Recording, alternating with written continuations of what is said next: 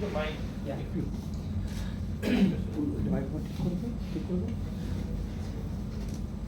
The ecological crisis I propose is intelligible only as an ontological crisis, a crisis in the historical disclosure of being. It is not merely the consequence of technological excess, but the culmination of a metaphysical regime in which entities appear exclusively within the horizon of instrumental intelligibility. James Cameron's Avatar, read philosophically rather than narratively, functions as a speculative mediation on this ontological condition. It stages in cinematic form a confrontation between what Martin Heidegger names Gestell, technological enframing, and what Indic textual traditions articulate as ontological non-duality and relational being. The significance of this confrontation lies not in cultural contrast, but in the exposure of a metaphysical assumption that underwrites ecological devastation. Heidegger's diagnosis remains indispensable. In Die Frage nach der Technik, he writes, and I quote, "Das Wesen der Technik ist nicht technisch." The essence of technology is nothing technological. This assertion displaces the question of technology from the domain of instruments to the domain of ontology. Technology is not reducible to machines. It is a mode of revealing. Jen wies der Entbergins. Under the regime of modern technology, revealing takes a specific form of enframing, which compels entities to appear as, within quote, Bestand, which is standing reserve. Heidegger clarifies, and I quote, "Was im Sinne des Gestell stand nicht mehr als Geststand, sondern als Bestand." What stands within enframing no longer stands as objects, but as a standing reserve. The ontological consequences of enframing is not merely the availability of resources, but the foreclosure of alternative modes of presencing. Entities no longer appear as beings possessing intrinsic ontological integrity. They appear only insofar as they are calculable and extractable. Enframing thus constitutes what Heidegger calls, and I quote, "Die Hochgefahr," the supreme danger. Not because it destroys beings, but because it obscures beings. The danger lies in ontological concealment. This technological disclosure emerges from a longer metaphysical trajectory, inaugurated decisively by Cartesian dualism. Descartes' separation of res cognitas and res existentia establishes the metaphysical sovereignty of the subject and reduces nature to ontologically inert extension. The world becomes epistemologically transparent and ontologically mute.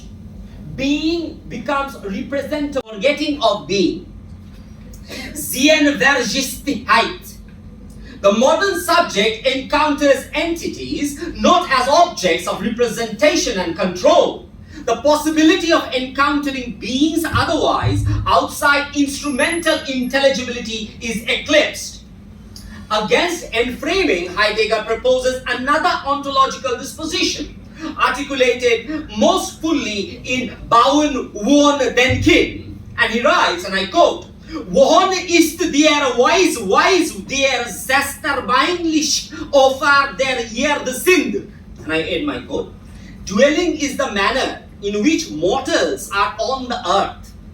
Dwelling does not designate habitation. It is in a spatial sense, but ontological comportment, a mode of being characterized by restraint, attentiveness, and preservation. Heidegger further defines dwelling as safeguarding of the fourfold.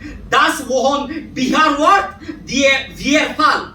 Dwelling preserves fourfold of earth, sky, mortals, and divinities. Dwelling thus constitutes an ontological alternative to enframing. Where enframing challenges forth, harus for then, dwelling lets beings be.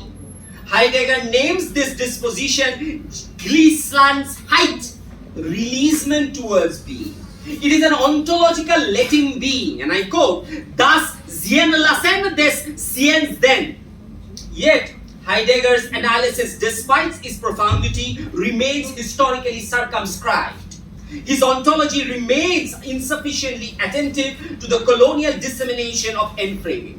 The metaphysics of standing reserve is inseparable from imperial expansion, through which land, bodies, and ecosystem were globally incorporated into regimes of extraction. The violence of enframing is not merely ontological, but geopolitical.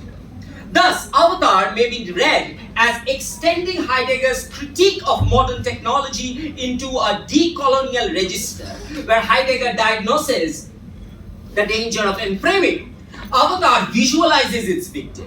Where Heidegger calls for dwelling, the film shows how dwelling is systematically destroyed by extractive modernity. In doing so, Avatar transforms Heidegger's abstract ontology into a concrete ethical and political indictment, compelling viewers to confront the metaphysical assumptions that continue to shape humanity's relationship with the planet. It is precisely here that the Indic textual ecologies offer a critical ontological counterpoint. The Upanishadic tradition articulates a non-dual ontology that dissolves the metaphysical separation between the subject and the object. The Chandogya Upanishad declares Sarvam Kalavidyam Brahma. All this indeed is Brahma. This statement is not theological but ontological. It asserts the identity of being across all entities. Differences persist phenomenally, but ontologically separation is illusory. Similarly, the Isha Upanishad begins with the declaration Isyavasyam idam sarvam yat kinchit jagatyam jagat. All this, whatever moves in this moving world, is pervaded by the divine. This pervasion does not designate transcendence but immanence. Being inheres within the entities rather than the standing apart from them. Ontology is relational rather than substantial.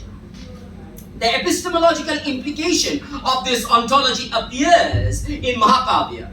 Tat tavyam asi, thou art that. The distinction that between knower and known collapses. Subjectivity becomes ecological rather than autonomous.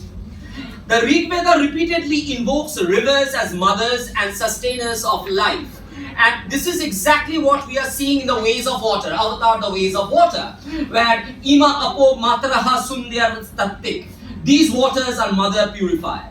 Such hymns articulate a cosmology followed in Avatar, the ways of water, especially the character of Kiri, who merges in herself with the water, and the entire hymnolic pattern in the cosmic identity of Avatar's the ways of water, that is the second part, brings in the vision of the world as Purusha Ivadam Sarvya Yat Bhutam Yat Chacha Bhayam, finds a striking cinematic analog in Avatar's depiction of Eva.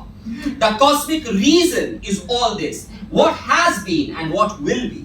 The planetary consciousness here is very important, that binds together neural, ecological and ancestral life of Pandora. Eva is not transcendental deity, standing apart from creation, but an immanent intelligence coursing through the biosphere, recalling the Vedic intuition, coursing through biosphere, and the divinity inheres within the natural order itself. This metaphysical insight resonates powerfully with Avatar, where human colonizers' violence towards Pandora stems from their radical separation from it. In contrast, Jack Sully's gradual integration into Navi life is marked by a reconstitution of selfhood that mirrors Upanishadic realization. Identity shifts from individual autonomy to ecological belonging. The recovery of ecological existence therefore requires not technological innovations done by the Cornwell Miles portrait. But here, we can use the Heidegger's the articulation of necessity with stark clarity, and I quote: "Nur noch ien Gott den kann uns retten." Only a God can save us. This is exactly not the theological God. The Eva that is proposed here is not God, which is separate in spiritual sense. This statement must not be read theologically, but ontologically. And Eva, therefore, is not a theological being, but an ontologically signal, created through the necessity without the enframing. It signals the necessity of a new mode of revealing, an event in which being discloses itself otherwise. Indic philosophy appears precisely with such alternative disclosure as we see in the Pandora, in the Ways of Water, and in the world that is inhabited by the Navi culture, where we feel the Aham Brahmashmi, the idea of relationality which dissolves the subjective being. What emerges, therefore, is the possibility of a planetary ontology grounded in relationality rather than domination, participation rather than extraction, dwelling rather than enframing. The ecological crisis is ultimately not a crisis of environment, but a crisis of a being. The task before ecological thought is not merely conservation, but ontological reorientation, the recovery of relational existence in a world structured by technological enframing. Thank you.